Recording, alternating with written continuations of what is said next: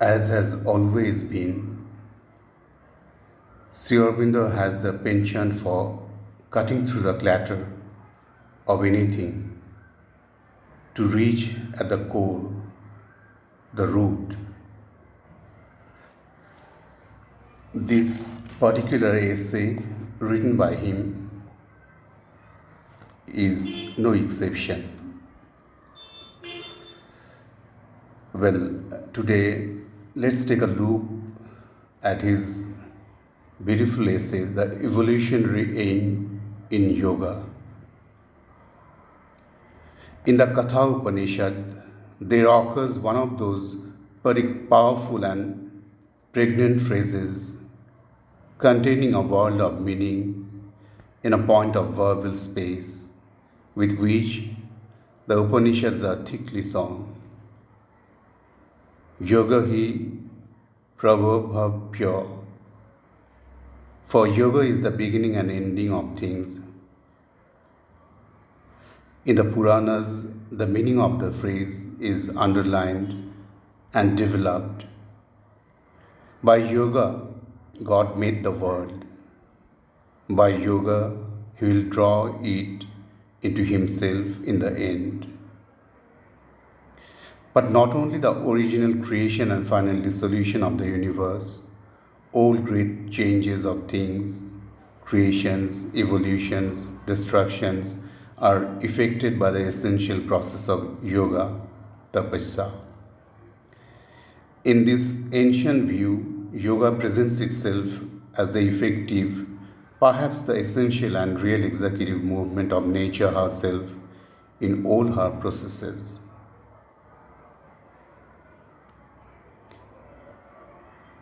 If this is so, in the general workings of nature, if that is to say, a divine knowledge and a divine will in things, by putting itself into relation with objects, is the true cause of all force and effectuality, the same rule should hold good in human activities.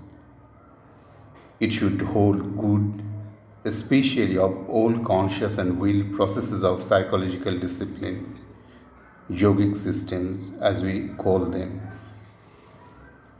Yoga can really be nothing but a consummate and self-conscious natural process intended to effect rapidly objects which the ordinary natural movement works out slowly in the tardy pace of a secular or even millennial evolution.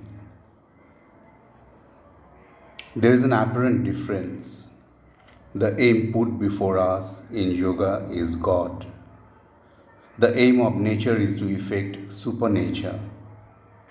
But these two aims are of one piece and intention.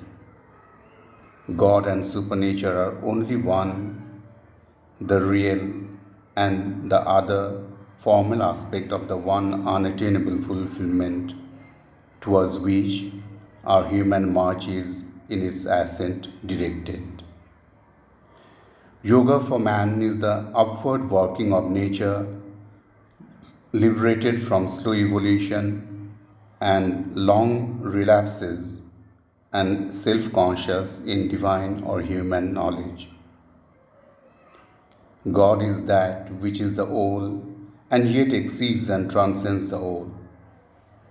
There is nothing in existence which is not God, but God is neither the sum of existence nor anything in that sum, except symbolically, in image to His own consciousness. In other words, everything that exists separately is a particular symbol, and the whole sum of existence is a general symbol which tries to translate the untranslatable existence, God, into the terms of world consciousness. It is intended to try. It is not intended to succeed. For the moment it succeeds, it ceases to be itself and becomes that untranslatable something from which it started, God. No symbol is intended to express God perfectly, not even the highest.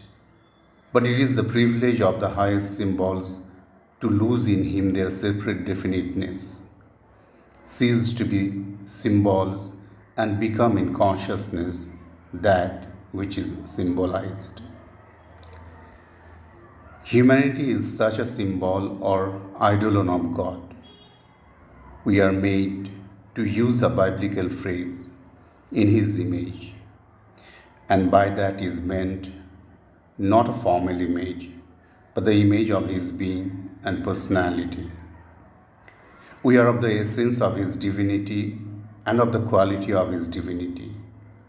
We are formed in the mold and bear the stamp of a divine being and a divine knowledge. In everything that exists phenomenally, or as I shall prefer to say, going deeper into the nature of things, symbolically, there are two parts of being, thing in itself and symbol, self and nature.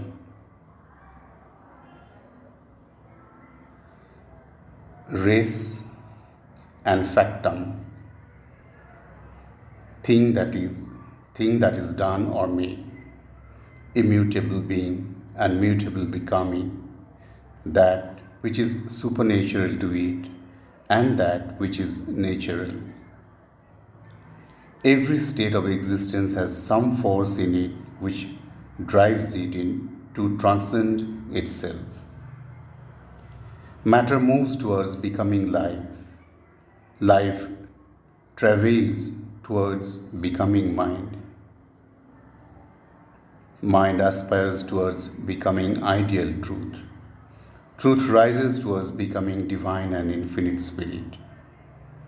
The reason is that every symbol, being a partial expression of God, reaches out to and seeks to become its own entire reality.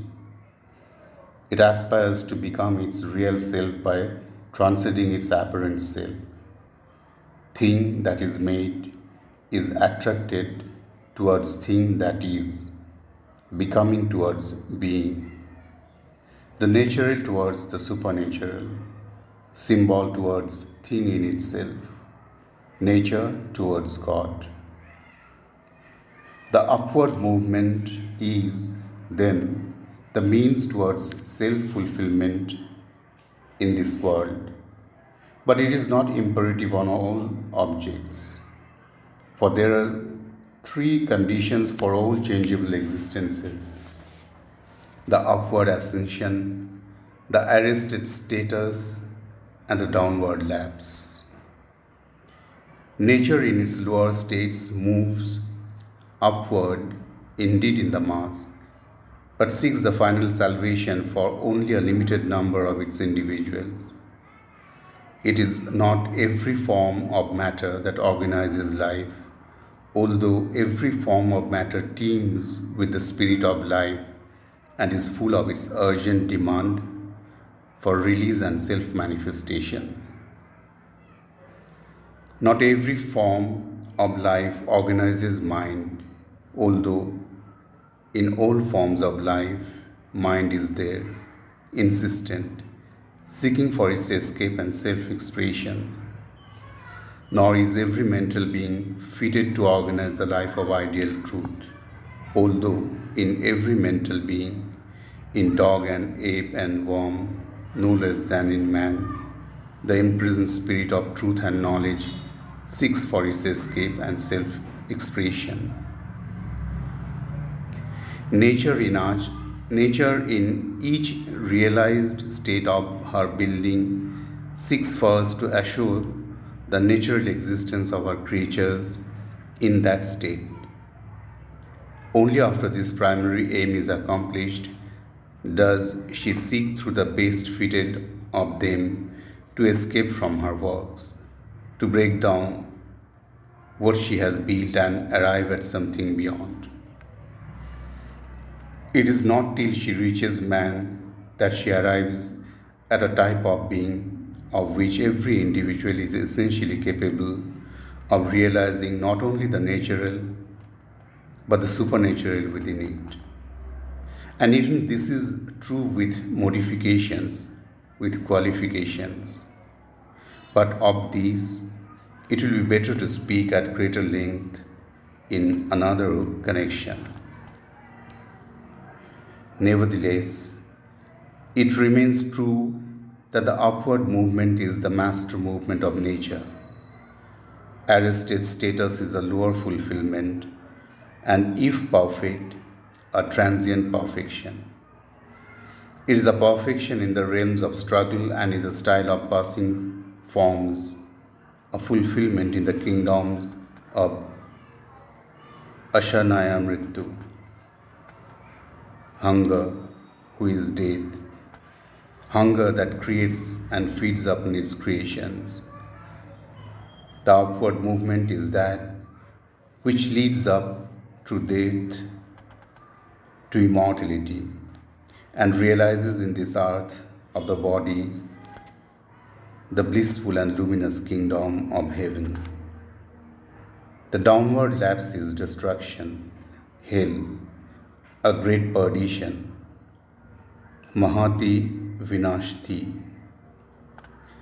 These are the three gatis or final states of becoming indicated in the Gita: Uttama, Madhyama, and Adhama. That is highest, middle, and lowest, offered to the choice of humanity. It is for each individual of us to choose, for as we choose, God shall fulfill Himself in us towards a transient human satisfaction, a divine perfection, or a decomposition of our humanity into the fruitful waste matter of nature.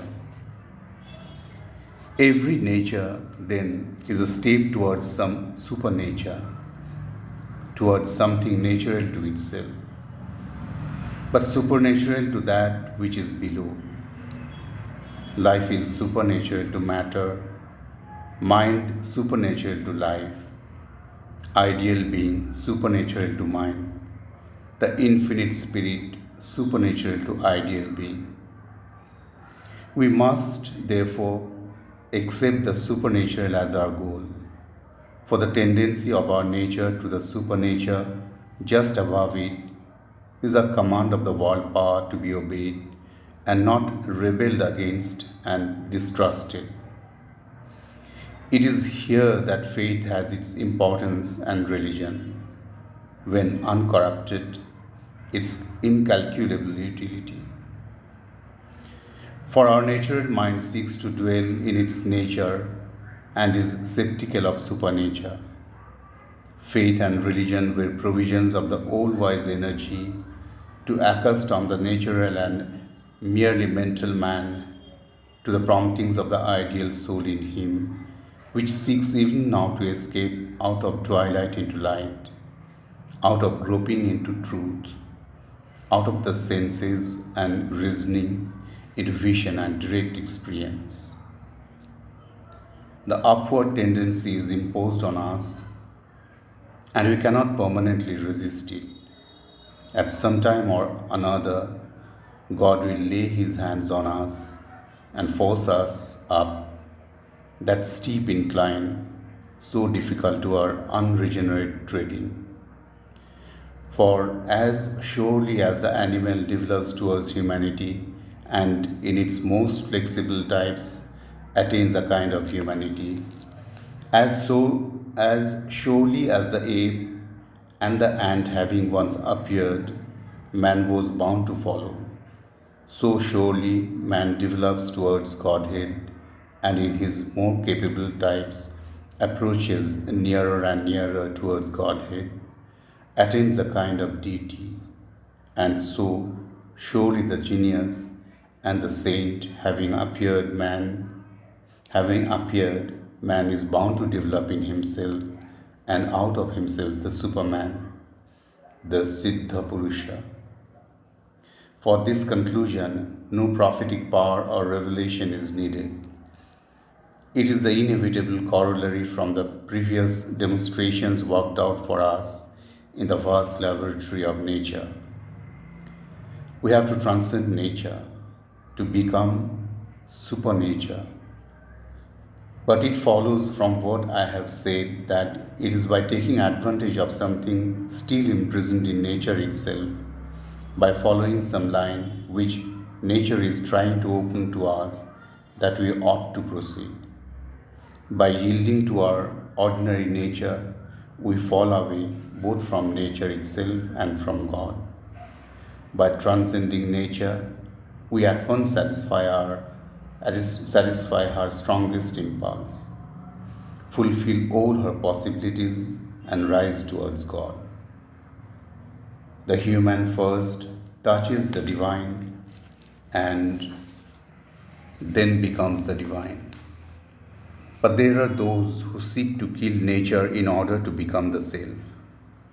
Shall we follow them? No. However great and lofty be their path, however awful and dazzling their aspiration, because it is not God's intention in humanity, and therefore not our proper dharma. Let any say, if he will, that we have made the lower choice. We answer in the language of the Gita, Shreyan Shadharma Viguno. Better is the law of our own being, though inferior. Too perilous the superior law of another's being. To obey God's will in us is certainly more blissful, perhaps even more divine than to rise to the austere heights of the other twin and the ineffable self-extinction in an indefinable existence. For us, the embrace of Krishna is enough, and the glory of the all-puissant bosom of Kali. We have to transcend and possess nature, not to kill her. In any case, whatever may be the choice of exceptional individuals, it is a general path of supreme attainment for humanity that we are seeking. For I am not proposing to you in yoga an individual path unconcerned with the rest of mankind. And here there can be no doubt or hesitation. Neither the exaggerations of spirituality nor the exaggerations of materialism are our true path. Every general movement of our humanity which seeks to deny nature, however religious, lofty or austere, of whatever dazzling purity or ethereality, has been and will always be doomed to failure. Seek disappointment, disillusionment, or perversion, because it is in its nature for the mass of humanity a transient impulse of exaggeration, because it contradicts God's condition for us who set nature there as an indispensable term for his self-fulfillment in the universe, and ourselves as the supreme instruments and helpers on this earth of that divine self-fulfillment. Every movement of humanity which bids us to be satisfied with our ordinary nature, dwell upon the earth, cease to aspire to the empyrean within us, and choose rather to live like the animals, looking to our mortal future before us and downwards at the earth we deal, not upwards to God and our ungrasped perfection, has been and will always be doomed to weariness, petrification, and cessation, or to a quick and violent supernaturalistic reaction, because this also is for the mass of man a transient impulse of exaggeration, and because it contradicts God's intention in us, who has entered in and dwells secret in our nature, compelling us towards Him by an obscure, instinctive, and overmastering attraction. Materialistic movements are more unnatural and abnormal than ascetic and negative religions and philosophies.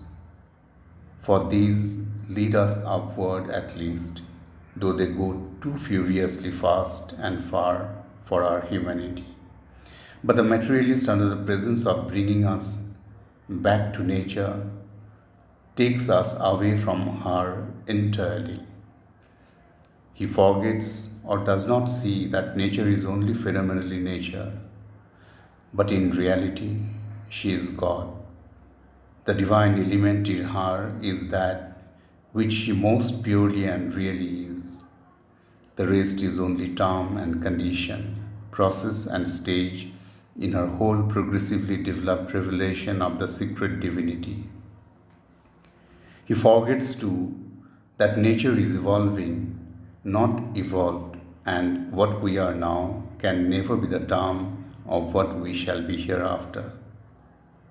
The supernatural must be, by the very logic of things, the end and goal of her movement. Therefore, not to be ensnared, enmeshed, and bound by nature, and not, on the other hand, to be furious with her and destroy her, is the first thing we must learn if we are to be complete yogins and proceed surely towards our divine perfection. All beings, even the sages, follow after their nature, and what shall coercion and torture of it avail them? Prakritim yanti bhutani nigraha kim karishyati, and it is all so useless. Do you feel yourself bound by her and pant for release? In her hand alone is the key which shall unlock your fetters. Does she stand between you and the Lord? She is Sita. Pray to her. She will stand aside and show him to you. But presume not to separate Sita and Rama, to cast her out into some distant Lanka under the guard of giant self-tortures, so that you may have Rama to yourself in Ajodhya. Wrestle with Kali if you will. She loves a good wrestler, but wrestle not with her unlovingly or in mere disgust and hate. For her displeasure is terrible, and though she loves the Asuras, she destroys them. Rather, go through her and under her protection. Go with a right understanding of her and with a true and unfaltering will. She will lead you on with whatever circlings, yet surely and in the wisest way, to the all blissful personality and the ineffable presence. Nature is the power of God Himself, leading these multitudes of beings through the night and the desert and the tracks of the foeman to their secret and promised heritage. Supernature, then, is in every way our aim in yoga, being still natural to the world, to transcend nature internally, so that both internally and externally we may possess and enjoy her as free and Lord, Swarat and Samrat. Being still the symbol in a world of symbol beings, to reach through it to that which is symbolized, to realize the symbol. Being still a figure of humanity, a man among men, a living body among living bodies, manus, mental beings, housed in that living matter among other embodied mental beings. Being and remaining in our outward parts all these that we are apparently, yet to exceed it and become in the body what we are really in the secret self. God, Spirit, Supreme and Infinite Being, pure bliss of divine joy, pure force of divine action, pure light of divine knowledge. Our whole apparent life has only a symbolic value and is good and necessary as a becoming. but all becoming has being for its goal and fulfillment, and God is the only being. To become divine in nature of the world and in the symbol of humanity is the perfection for which we were created.